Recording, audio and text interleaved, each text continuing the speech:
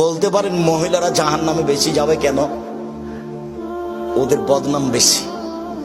যখন আল্লাহ রাসূল বললেন ইয়া মাশারা নিসা তাসাদদাকনা ফাইন উরিদু আকসারা আহলে আন-নার, মহিলারা শোনো শোনো শোনো শোনো, তোমরা দান করো, আমি তোমাদের অধিকাংশ দেখি জাহান্নামে।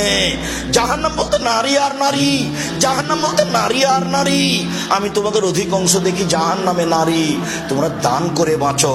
তো দান করে বাঁচো কথাটা তো হলো, মহিলাগণ বলে বসলেন লেমা কেন কেন যাবো জাহান্নামে বেশি সেটা বলেন।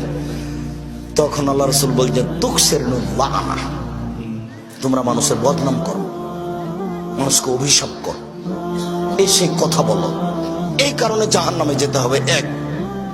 দুই, স্বামীর কৃতজ্ঞ নও, স্বামীর তোমরা অকৃতজ্ঞ স্ত্রী, যার কারণে তোমাদেরকে জাহান্নামে যেতে হবে। রাসূল সাল্লাল্লাহু আলাইহি ওয়াসাল্লামকে জিজ্ঞাসা করো আল্লাহর নবী মান নাজাত, বাঁচার পথ কি? তখন আল্লাহ রাসূল বললেন শোনো, আলজাম লিসানাক, মুখে বদনাম করিও না, জান্নাত পাবা। দুই, ওয়ালজাম বাইতাক, বাড়ি থেকে বাহিরে যায় না, জান্নাত পাবা। তিন, পাপের জন্য কাঁদো, জান্নাত পাবা।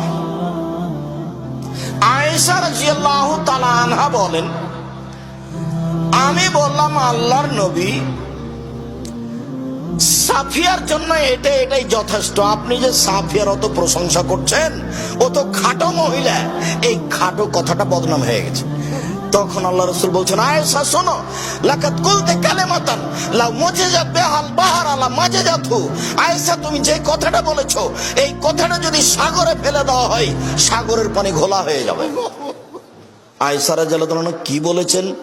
বলেছেন যে সাফিয়া খাটো, খাটো কথাটাই বদনাম।